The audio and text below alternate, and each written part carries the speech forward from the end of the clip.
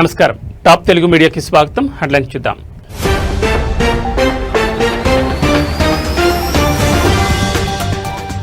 కుప్పం నియోజకవర్గానికి చేరిన Krishnamma జలహారతిచ్చిన CM Chandrababu.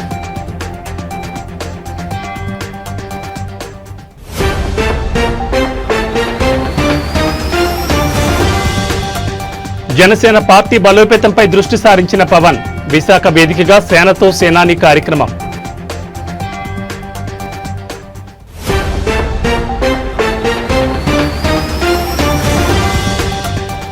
MLA Maganti Gopinath మృతిపై అసెంబ్లీలో సంతాపం. కాసేపట్లో జరగనున్న బీఎస్సీ సమావేశం.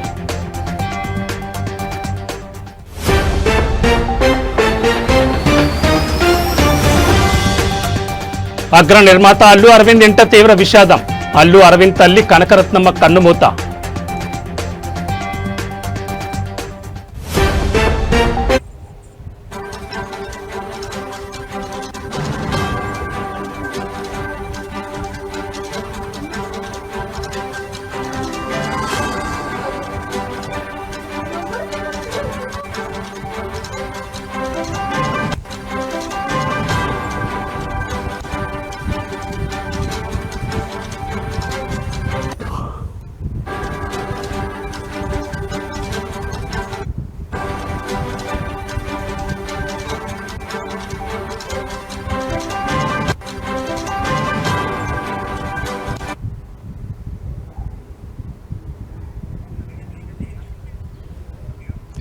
బులెటిన్లో బ్రేకింగ్ న్యూస్ చూస్తున్నాం. దేశ రాజధాని ఢిల్లీలో ఘోరం జరిగింది. ప్రసాదం వివాదం కారణంగా ఒకరు హత్యకు గురయ్యారు. కొందరు వ్యక్తులు ఆలయ సేవకుని అత్యంత దారుణంగా కర్రలతో కొట్టి చంపేశారు. ఇందుకు సంబంధించిన దృశ్యాలు సీసీటీవీలో రికార్డ్ అయ్యాయి. ప్రస్తుతం ఈ వీడియో వైరల్ గా మారింది.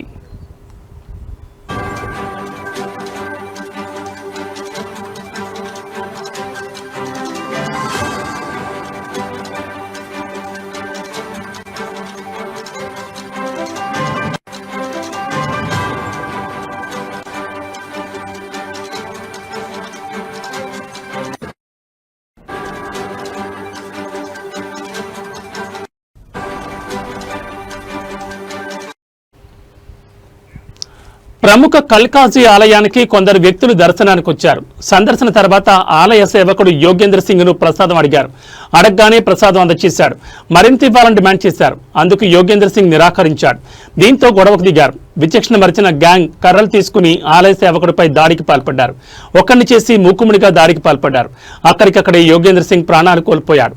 ఇందుకు సంబంధించిన దృశ్యాలు సీసీటీవీలో రికార్డ్ అయ్యాయి.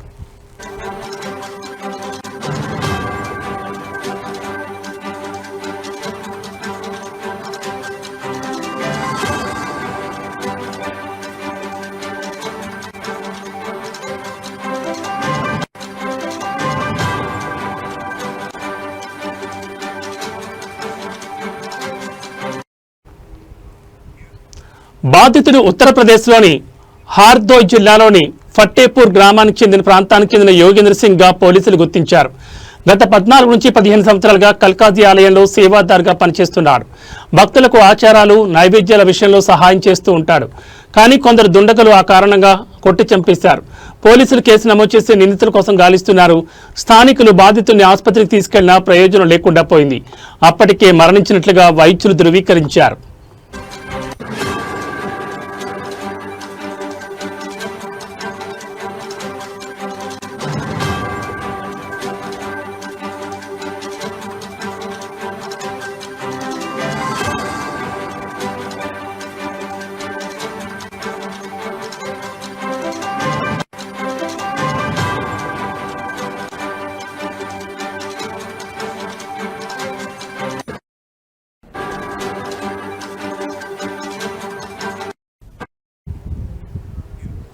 భారతీయ న్యాయ సంహితలోని సంబంధిత సెక్షన్ల కింద పోలీసులు కేసు నమోదు చేశారు.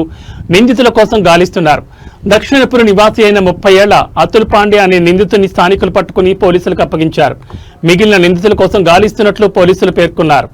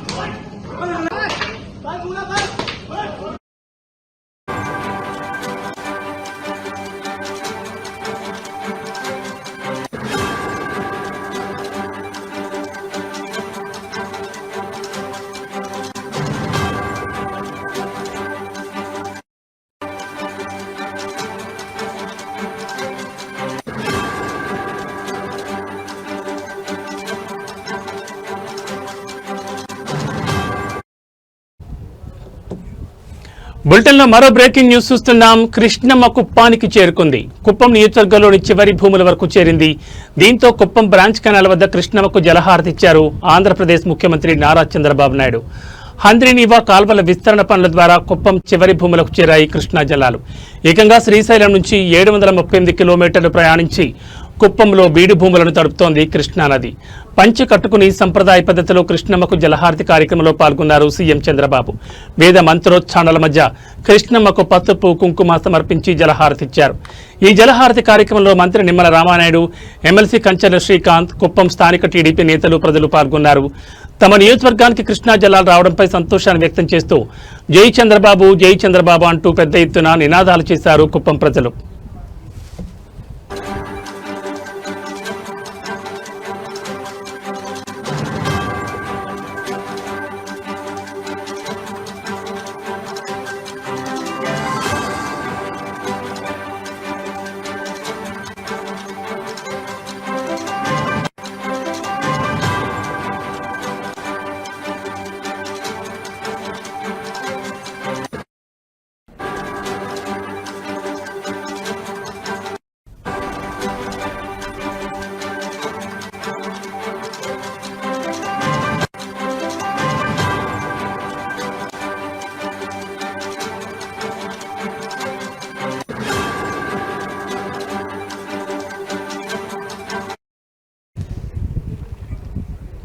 ఇక కుప్పంలో స్త్రీ శక్తి బస్సులో ప్రయాణించారు ముఖ్యమంత్రి చంద్రబాబు.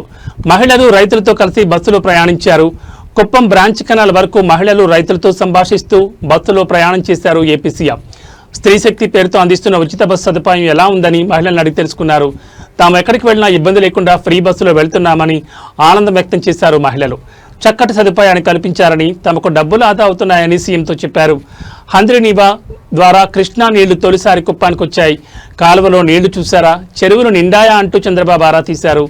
తొలిసారి కుప్పానికి కృష్ణమ్మ వచ్చిందని చాలా సంతోషంగా ఉందని రైతులు, మహిళలు సీఎం చంద్రబాబుకు తెలిపారు.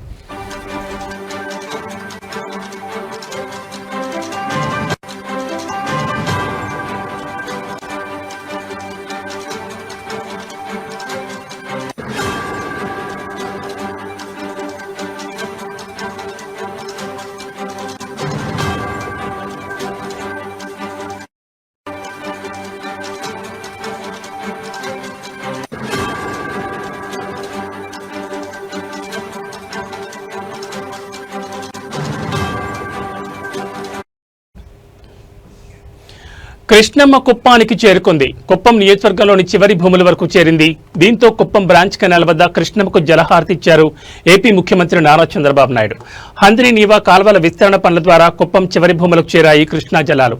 ఏకంగా శ్రీశైలం నుంచి 738 కిలోమీటర్లు ప్రయాణించి కుప్పంలో బీడి భూములను తడుపుతోంది కృష్ణమ్మ. పంచె కట్టుకుని సంప్రదాయ పద్ధతిలో కృష్ణమ్మకు జలహారతి కార్యక్రమంలో పాల్గొన్నారు సీఎం చంద్రబాబు. వేద మంత్రోచ్చారణల మధ్య కృష్ణమ్మకు పసుపు కుంకుమ సమర్పించి జలహారతిచ్చారు. ఈ జలహారతి కార్యక్రమంలో మంత్రి నిమ్మల రామానాయుడు, ఎమ్మెల్సీ కంచెల శ్రీకాంత్, కుప్పం స్థానిక టీడీపీ నేతలు, ప్రజలు పాల్గొన్నారు. తమ నియోజకవర్గానికి కృష్ణా జలాలు రావడంపై సంతోషాన్ని వ్యక్తం చేస్తూ జై చంద్రబాబు, జై జై చంద్రబాబు అంటూ పెద్ద ఎత్తున నినాదాలు చేశారు కుప్పం ప్రజలు. ఇక కుప్పంలో స్త్రీ శక్తి బస్సులో ప్రయాణించారు ముఖ్యమంత్రి చంద్రబాబు. మహిళలు రైతులతో కలిసి బస్సులో ప్రయాణించారు. కుప్పం బ్రాంచ్ కెనాల్ వరకు మహిళలు రైతులతో సంభాషిస్తూ బస్సులో ప్రయాణం చేశారు ఏపీ సీఎం. స్త్రీ శక్తి పేరుతో అందిస్తున్న ఉచిత బస్సు సదుపాయం ఎలా ఉందని మహిళలను అడిగి తెలుసుకున్నారు. తాము ఎక్కడికి వెళ్లినా ఇబ్బంది లేకుండా ఫ్రీ బస్సులో వెళ్తున్నామని ఆనందం వ్యక్తం చేశారు మహిళలు. చక్కటి సదుపాయాన్ని కల్పించారని, తమకు డబ్బులు ఆదా అవుతున్నాయని సీఎంతో చెప్పారు. హంద్రీనీవా ద్వారా కృష్ణా నీళ్లు తొలిసారి కుప్పానికి వచ్చాయి. కాలువలో నీళ్లు చూశారా, చెరువులు నిండాయా అంటూ చంద్రబాబు ఆరా తీశారు. తొలిసారి కుప్పానికి కృష్ణమ్మ వచ్చిందని చాలా సంతోషంగా ఉందని రైతులు, మహిళలు సీఎం చంద్రబాబుకు తెలిపారు.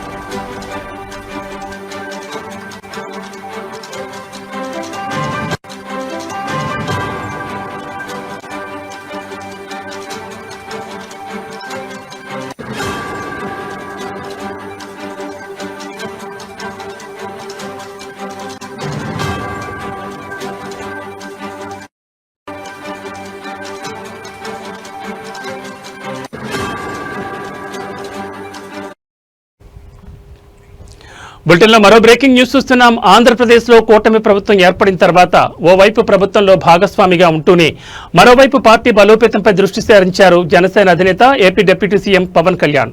అందులో భాగంగా విశాఖ వేదికగా సేనతో సేనాని కార్యక్రమం నిర్వహిస్తున్నారు. 2 రోజుల పాటు సాగిన ఈ సమావేశాలు ఇవాళ బహిరంగ సభతో ముగియనున్నాయి. సేనతో సేనాని సభకు 2 తెలుగు రాష్ట్రాల నుంచి క్రియాశీలక కార్యకర్తలు హాజరు కానున్నారు. విశాఖ ఇందిరా ప్రియదర్శిని మైదానంలో సభా ప్రాంగణం కానుండగా సాయంత్రం 6 గంటలకు పవన్ కళ్యాణ్ ప్రసంగించనున్నారు. సభా వేదికకు అల్లూరు సీతారామరాజు ప్రాంగణంగా నామకరణం చేసింది జనసేన. పార్టీ భవిష్యత్తు, కూటమి నేతల మధ్య సఖ్యత, సుపరిపాలన వంటి అంశాలపై పవన్ ప్రసంగం కొనసాగనుండగా కూటమిలో భాగస్వామిగా ఉన్న పవన్ కళ్యాణ్ ప్రసంగంలో తన దూకుడు చూపిస్తారా లేదా అనేది ఆసక్తికరంగా మారింది.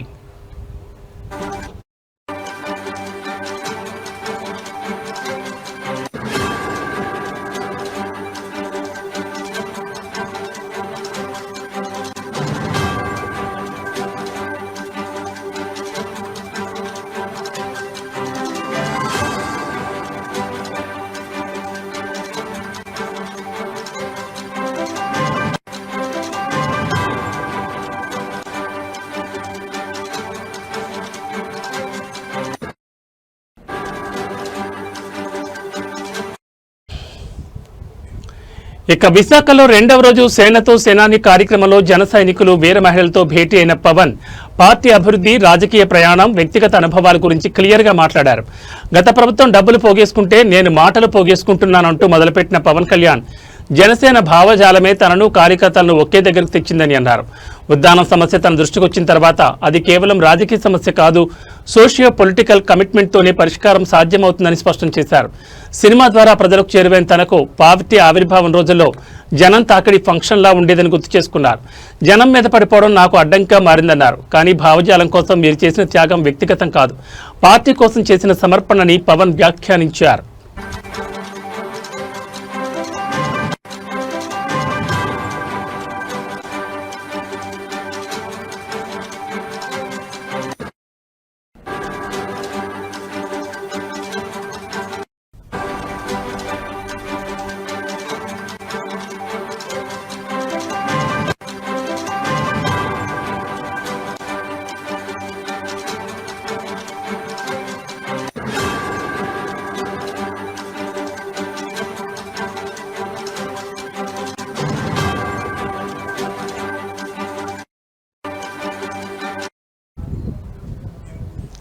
ఆంధ్రప్రదేశ్లో కూటమి ప్రభుత్వం ఏర్పడిన తర్వాత ఓవైపు ప్రభుత్వంలో భాగస్వామిగా ఉంటూనే మరోవైపు పార్టీ బలోపేతంపై దృష్టి సారించారు జనసేన అధినేత AP deputy CM Pawan Kalyan. అందులో భాగంగా విశాఖ వేదికగా సేనతో సేనాని కార్యక్రమం నిర్వహిస్తున్నారు. 2 రోజుల పాటు సాగిన ఈ సమావేశాలు ఇవాళ బహిరంగ సభతో ముగియనున్నాయి. సేనతో సేనాని సభకు 2 తెలుగు రాష్ట్రాల నుంచి క్రియాశీలక కార్యకర్తలు హాజరు కానున్నారు. విశాఖ ఇందిరా ప్రియదర్శిని మైదానంలో సభ ప్రారంభం కానుండగా సాయంత్రం 6 గంటలకు పవన్ కళ్యాణ్ ప్రసంగించనున్నారు. సభా వేదికకు అల్లూరు సీతారామరాజు ప్రాంగణంగా నామకరణం చేసింది జనసేన. పార్టీ భవిష్యత్తు, కూటమి నేతల మధ్య సఖ్యత, సుపరిపాలన వంటి అంశాలపై పవన్ ప్రసంగం కొనసాగనుండగా కూటమిలో భాగస్వామిగా ఉన్న పవన్ కళ్యాణ్ ప్రసంగంలో తన దూకుడు చూపిస్తారా లేదా అనేది ఆసక్తికరంగా మారింది. ఇక విశాఖలో 2వ రోజు సేనతో సేనాని కార్యక్రమంలో జన సైనికులు, వీర మహిళలతో భేటీ అయిన పవన్ పార్టీ అభివృద్ధి, రాజకీయ ప్రయాణం, వ్యక్తిగత అనుభవాల గురించి క్లియర్గా మాట్లాడారు. గత ప్రభుత్వం డబ్బులు పోగేసుకుంటే నేను మాటలు పోగేసుకుంటున్నాను అంటూ మొదలుపెట్టిన పవన్ కళ్యాణ్ జనసేన భావజాలమే తనను, కార్యకర్తలను ఒకే దగ్గరకు తెచ్చిందని అన్నారు. ఉద్దానం సమస్య తన దృష్టికి వచ్చిన తర్వాత అది కేవలం రాజకీయ సమస్య కాదు, సోషియో పొలిటికల్ కమిట్మెంట్తోనే పరిష్కారం సాధ్యమవుతుందని స్పష్టం చేశారు. సినిమా ద్వారా ప్రజలకు చేరువైన తనకు పార్టీ ఆవిర్భావం రోజుల్లో జనం తాకిడి ఫంక్షన్లా ఉండేదని గుర్తు చేసుకున్నారు. జనం మీద పడిపోవడం నాకు అడ్డంకిగా మారిందన్నారు. కానీ భావజాలం కోసం మీరు చేసిన త్యాగం వ్యక్తిగతం కాదు, పార్టీ కోసం చేసిన సమర్పణని పవన్ వ్యాఖ్యానించారు.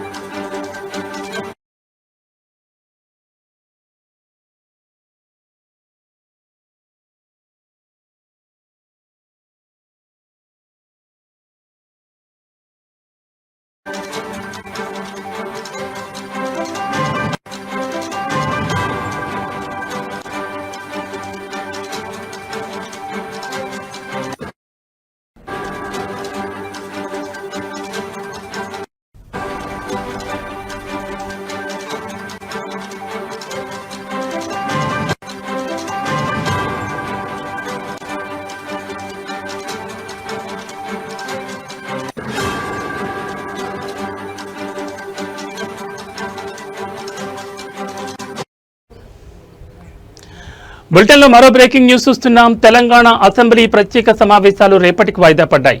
రేపు ఉదయం 9 గంటలకు అసెంబ్లీ ప్రారంభమవుతుంది. కాళేశ్వరం ప్రాజెక్టు అవకతవకలపై ఘోష్ కమిటీ ఇచ్చిన నివేదికపై అసెంబ్లీలో చర్చించబోతున్నారు. ఈ చర్చ ఆధారంగా ఎలాంటి చర్యలు తీసుకోవాలనే దానిపై ప్రభుత్వం నిర్ణయించనుంది.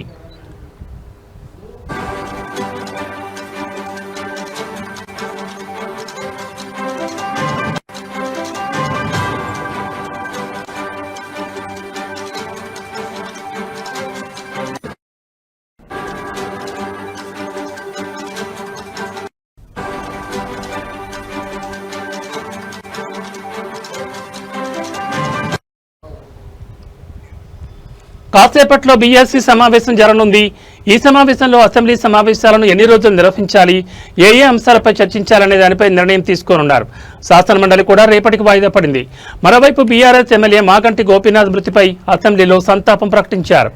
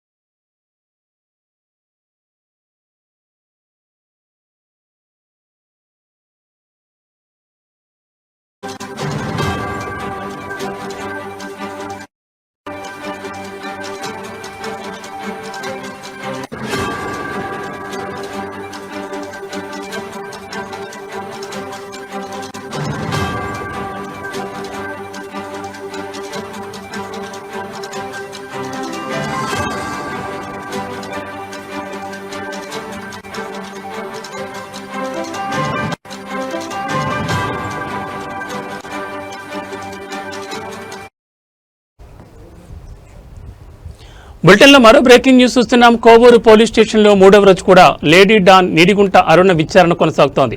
ఈ ఉదయం అరుణను కోవూరు పోలీస్ స్టేషన్కు తీసుకొచ్చారు. ఆ సమయంలో అరుణ మీడియాతో మాట్లాడేందుకు ప్రయత్నించింది. కెమెరాలు పెడతారు కానీ నన్ను మాట్లాడిస్తే కదా అంటూ ఏదో చెప్తుండగానే పోలీసులు ఆమెను స్టేషన్ లోపలికి తీసుకెళ్లారు. అరుణను అడిషనల్ ఎస్పీ సౌజన్య, ఒంగోలు టౌన్ డీఎస్పీ రాయపాటు శ్రీనివాసరావు విచారించారు. ఇప్పటికే గత 3 రోజులుగా అరుణను పోలీసులు చాలా ప్రశ్నలు వేస్తారని తెలుస్తోంది. కూటమి ప్రభుత్వం కఠినంగా ఉన్న పోలీసులు కేసులు పెడుతున్న డోంట్ కేర్ అనే లెవెల్లోని కిలాడి అరుణ ఉండడం చూసి బాధితులు అబే పోలీసులు రౌడీలను ఏమీ చేయలేరులే అని కామెంట్స్ చేస్తున్నారు.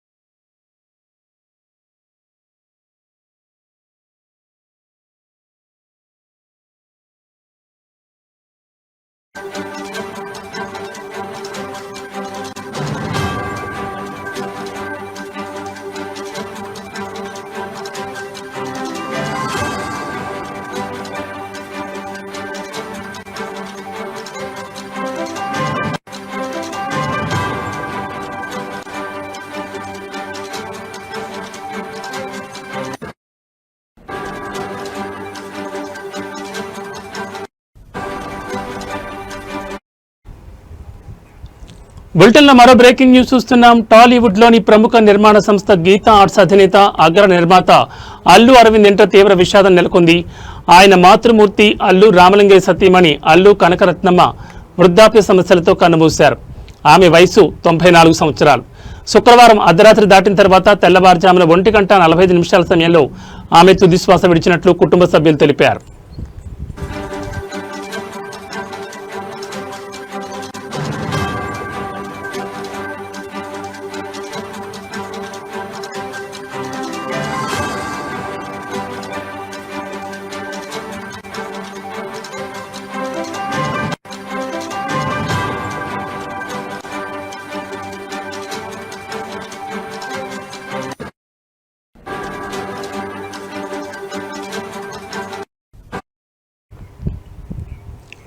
ఈ రోజు ఉదయం 9 గంటలకు ఆమె పార్థివ దేహాన్ని అల్లు అరవింద్ నివాసానికి తీసుకొచ్చారు.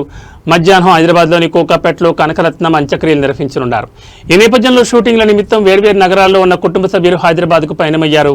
స్టైలిష్ స్టార్ అల్లు అర్జున్ ముంబై నుంచి, గ్లోబల్ స్టార్ రామ్ చరణ్ మైసూర్ నుంచి మధ్యాహ్నానికి నగరానికి చేరుకున్నారు.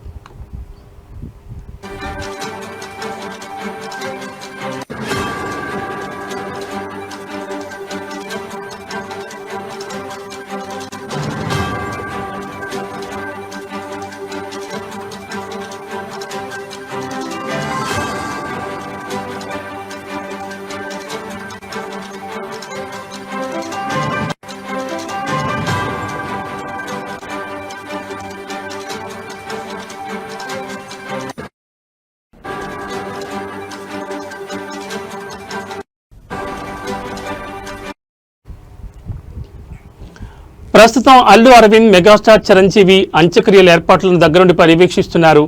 మరోవైపు పవన్ కళ్యాణ్, నాగబాబు వైజాగ్లో ఒక బహిరంగ సభలో పాల్గొనాల్సినందున వారు ఆదివారం హైదరాబాద్కు వచ్చి అల్లు అరవింద్ కుటుంబాన్ని పరామర్శించనున్నట్లు తెలుస్తోంది.